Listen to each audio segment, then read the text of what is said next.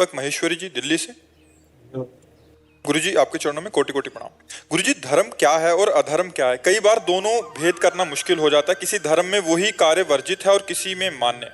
तस्मात् शास्त्रम प्रमाणन्ते कार्या कार्यो व्यवस्थितो। गीता जी में भगवान ने कहा हर कार्य को शास्त्र से प्रमाणित होना चाहिए। अब जैसे आप किसी के लिए पति हैं, किसी के पुत्र हैं, किसी के भाई हैं, किसी के मित्र हैं, और आप भारतीय हैं, राष्ट्र का भी भार आपके कंधों पर है। हर भारतीय का पूरे भारत का एक न एक हिस्सा वो है, चाहे वो किसान हो, चाहे वो व्यापारी हो, कुछ भी हो, एक हिस्सा है। तो धर्म का स्वरूप विस्तृत है। आपको एक पत्नी का पति रूप धर्म निर्वाह करना है, आपको अपने माता पिता के लिए पुत्र रूप निर्वाह करना है, अपने पुत्रों के लिए पिता रूप निर्वाह करना है, अपने भारत के लिए भारतवासी का धर्म निर्वाह करना है। और ये सब करते हुए भी आप भगवान के अंश हैं, आपको भगवत प्राप्ति करनी है। अब आपको किस समय कैसा क्या बर्ताव करना चाहिए, उसके लिए जब बुद्धि शुद्ध हो तब बात बनेगी। और ईश भजन सारथी सुजाना, एक शरीर रथ है, इंद्रियां घोड़े हैं, मन इनकी लगाम है, बुद्धि इनका सारथी है। अगर सारथी ड्राइवर नशे में हो तो गाड़ी झोंक देगा गड्ढे में जाके, अगर सारथी सही हो तो सही मार्ग चलेगा। तो ईश भजन सारथी सुजाना, यदि भगवान का चिंतन करते हुए देखो तो कुछ ना पढ़ो शास्त्र में तो भी तुम्हारे अंदर आ जाएगा ये पाप है, नहीं करना चाहिए। कोई भी बोलो, इतने बैठे हो, क्या आप नहीं जानते जब आप पाप करना चाहते हो तो आपके अंदर कोई बोलता है कि नहीं कि आप पाप करने जा रहे हो, गलत है, मत करो। आप बोलो, अंदर से आवाज आती है, वही परमात्मा सबके अंदर बैठा हुआ है। तो हमको क्या करना चाहिए, क्या नहीं करना चाहिए, एक सेकंड अंदर ही पूछ लो, आपको उत्तर आ जाएगा। ये मत करो, ये करने लायक नहीं है, पर मन कहेगा करो, इसमें सुख मिलेगा। तो मन की आवाज और परमात्मा की आवाज, गुरु की आवाज को जो समझ पाए वही साधक होता है।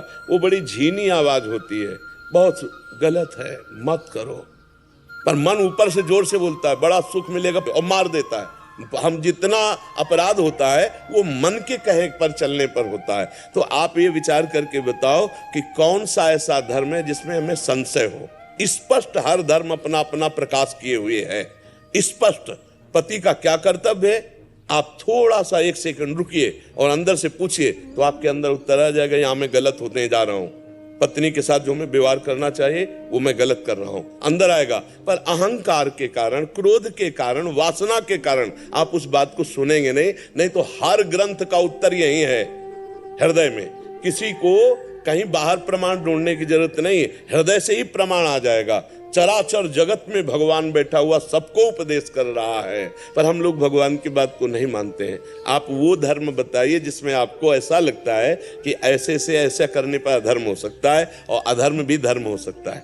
जैसे आपने प्रश्न किया, आपको कौन सा धर्म ऐसा लगता है? सनातन धर्म में हम जीव हत्या पाप मानते हैं, सब कुछ है। ये प्रश्न करने का अधिकार उसको है जो संपूर्ण राष्ट्र का संचालन कर रहा है, जिसके कांधे पर कई देशों का, कई धर्मों का पूरा भार है। उसको हमें उत्तर देने के लिए समर्थ हैं। लेकिन आपको पर्सनल अपना देखना है कि आप सनातन धर्म का सांगोपांग अनुष्ठान पूरा करते हैं कि नहीं, क्योंकि आपके ऊपर संपूर्ण धर्मों का या संपूर्ण राष्ट्रों का भार नहीं है ना। तो आप पर्सनल अपना प्रश्न कर सकते हैं, क्योंकि आपका उत्तर देना हमारे लिए वो व्यर्थ होगा। आप एक परिवार में हैं, आप एक प्रांत के किसी गांव के या किसी शहर के एक मकान में रहते हैं और आप अपने धर्म को जानते हैं। उस जानने में कितनी कमी है, उस जानने वाली बात को कितना पालन करते हैं, ये सिर्फ आपको देखना है। जब आप ऐसे समर्थ हो जाएंगे तो धीरे धीरे आप आगे बढ़ जाएंगे। और हम लोग क्या करते हैं कि जब ऐसे प्रश्न करते हैं तो उसमें राग द्वेष की संभावना होती है, क्योंकि स्थिति होती नहीं है। हमारा यहाँ का उद्देश्य, जो अध्यात्म का उद्देश्य है, पहला एक ये है कि एक मेरे भगवान का बगीचा है, उस बगीचे में विविध फूल हैं, हम किस फूल के आशिक हैं मुझे ये देखना है। वो फूल मुझे चुनना है बगीचे से, पूरा बगीचा तो नहीं कटवा देना। घोर गाली देने वाले, घोर अपराध करने वाले को भी गले लगाकर उसे परम शांति प्रदान करना, ये हमारा धर्म कहता है। आपको समझ में आ रहा है जी? अगर अब आपको सनातन धर्म के विषय में कोई संशय हो तो आप पूछ सकते हैं। बड़ा व्यथित रहता है सारे दिन। हम आपसे एक बात पूछते हैं कोई ऐसा सुख बकाया रह गया क्या जिसको आप जानते हो और भोगा ना हो? आपसे इसलिए पूछ रहा हूं कि आप जनरल गृहस्थ वेश में है का कोई सुख नहीं। जो लगभग इसका मतलब अभी एक सुख है जिसे आप जानते हो और नहीं भोगा, वो भगवदानंद। इसे नहीं भोगा ना, बस उसी के लिए छटपटा रहा है वो। सब कुछ भोग लिया है लेकिन उसी के लिए छटपटा। अगर वो मिल जाए तो ना घबराहट होगी और न मृत्यु का भय होगा और ना अभाव होगा। अभी अभाव है, अभी ऐसा लगता है जो चाहिए वो नहीं है। लगता है ना, सब कुछ है लेकिन ऐसा लगता है जो चाहिए वो नहीं है। वो है परमात्मा। उसकी प्राप्ति होने के बाद फिर ब्रह्मभूता प्रसन्नात्मा न शोचति न कांक्षति समाः सर्वेषु भूतेषु मद भक्तिम लभते पराम। जिसके प्राप्त होने के बाद कुछ प्राप्त करना बाकी नहीं रहता, जिसके जानने के बाद कुछ जानना बाकी नहीं रहता, उसे परमात्मा कहते हैं। और उसी को प्राप्त करने के लिए मन अव्यक्त रूप से छटपटा रहा है।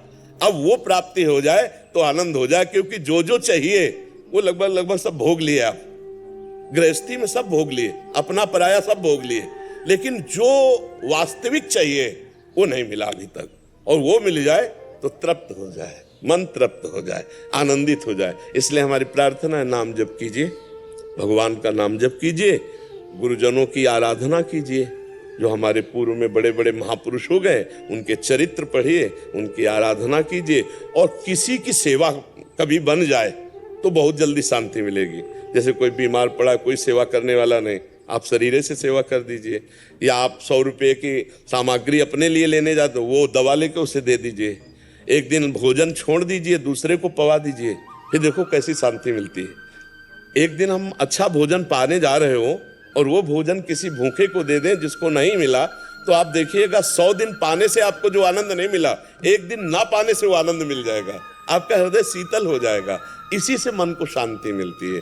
और जो हमारे वो सब छूटेंगे, आज नहीं तो कल, क्योंकि धीरे धीरे पहुंच रहे हैं नंबर पे, तो मन को एक मीठी मीठी घबराहट हो रही कि जिस कार्य के लिए आया था वो कार्य नहीं कर पाए।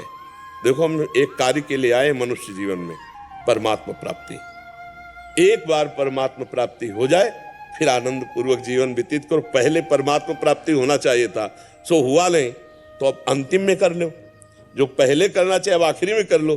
तो परमात्मा प्राप्ति कोई कठिन नहीं है, क्योंकि परमात्मा कोई और नहीं है, हमारे हृदय में ही बैठे हुए हैं। और सही पूछो तो जैसे दर्पण में हम 2 दिखाई देते हैं और दर्पण हटा दो तो एक ही बचेगा ना। दर्पण में हम और प्रतिबिंब दिखाई देते हैं और दर्पण हटा दो उसे कहते सोहम, सोहमश्मी। जिसे मैं खोज रहा था वो कहीं दूर नहीं है, पर उसके लिए नाम जप और गुरुजनों की आराधना आवश्यक है। तो आप नाम जप कीजिए और भक्तों के चरित्र पढ़िए। और किसी की भी सेवा मिल जाए, कभी चलते फिरते किसी पशु पक्षी मनुष्य की, तो निष्काम भाव से सेवा कर दीजिए, तो हृदय शांत होने लगेगा। ठीक है। नाम जप कैसे करें? नाम जप 3 प्रकार से होता है। एक होता है वाचिक, जैसे हम बोल रहे हैं राधा राधा राधा राधा राधा राधा राधा राधा, इसे वाचिक कहते हैं। फिर एक होता है उपांश, हमारी जवान चल रही, हम नाम अंदर चला रहे हैं लेकिन बाहर क्या है इसे नहीं आप कोई जान सकता। और एक होता है मानसिक, आंखों के सामने वही लिखा है, ध्यान में अंदर से वही गूंज रहा है, कान वही सुन रहे हैं, दिमाग पूरा उसी में लगा हुआ है। अब कोई जान नहीं सकता कि हम जप कर रहे हैं। इसे मानसिक जप कहते हैं और इसे उपांश कहते हैं, और राधा राधा राधा इसे वाचिक जप कहते हैं। जी, समझ पाए आप? नाम जो प्रिय हो आपको जपिएगा, जो प्रिय नाम।